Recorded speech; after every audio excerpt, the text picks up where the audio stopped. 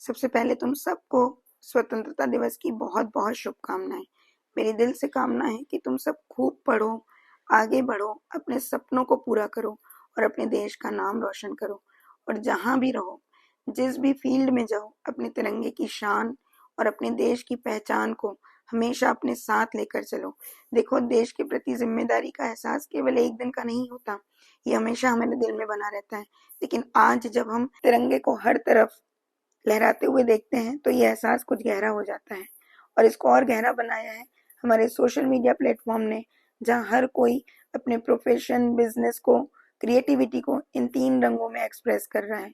तो एक टीचर होने के नाते अगर मैं आज तुम सबको कुछ ऐसा नॉलेज दे पाऊं जो ना केवल तुम्हारे सब्जेक्ट का सिलेबस हो, लेकिन साथ ही साथ तुम्हारे अंदर एक देशभक्ति का एहसास भी ले आए, ताकि तुम ईमानदारी से पढ़कर देश को आगे बढ़ा सको, तो ये मेरा एक देश के प्रति कंट्रीब्यूशन होगा। यही कारण है कि मैंने टिश्यू सीरीज को पॉज करते हुए आज एक बहुत सुंदर ट्राई कलर टॉपिक लिया है, जिसमें मुझे अपना तिरंगा दिखता है, जिसका नाम है प्लास्टिड।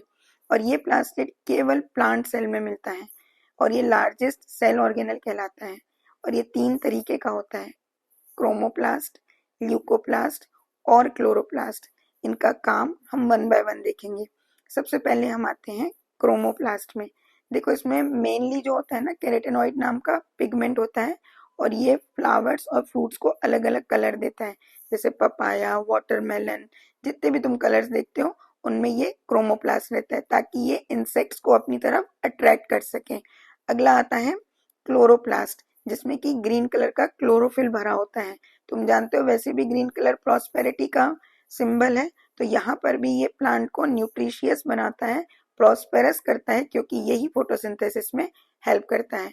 आगे चलते हैं हम व्हाइट कलर, जो कि पीस का सिंबल होता है और प्लांट में ये ल्यूकोप्लास्ट कहलाता है। और ये प्लांट के लिए फूड स्टोर करता है, स्टार्च, ऑयल और प्रोटीन के फॉर्म में।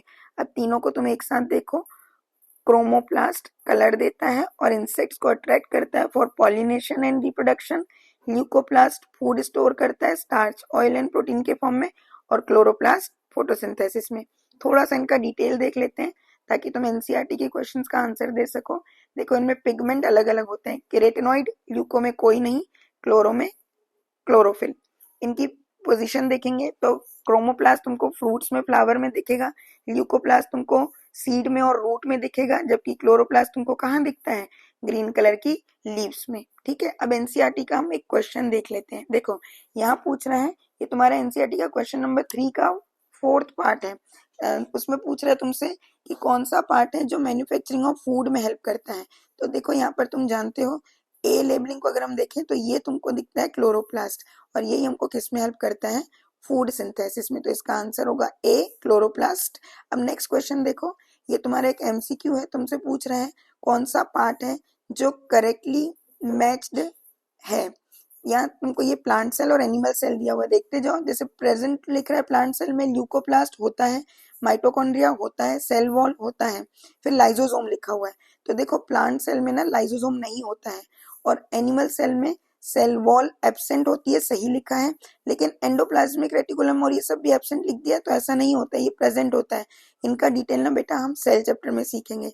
तब तक तुम अपनी नैतिक जिम्मेदारी निभाओ, और ये जो क्वेश्चंस मैंने डाले हैं इनका स्क्रीनशॉट लो और चेक करो कि आज के टॉपिक के बेसिस पर क्या तुम इन क्वेश्चंस का आंसर दे पा रहे हो। ये कुछ सब्जेक्टिव क्वेश्चन है और ये तुम्हारे लिए नोट्स हैं। तो देखो, ये टॉपिक जो है ये प्रूव करता है कि भारत ही विश्व गुरु है, क्योंकि हमारा जो तिरंगा है वो प्लांट्स के एक एक सेल में भी प्रेजेंट है। तो ये तो तय हुआ कि भारत विश्व गुरु है, लेकिन इसको विश्व गुरु बनाने का जो श्रेय लेना है वो तुम लोगों को। इसलिए ईमानदारी से पढ़ो और आगे बढ़ो और अपने देश का नाम जो है ऊंचा करो। जय भारत, जय हिंद।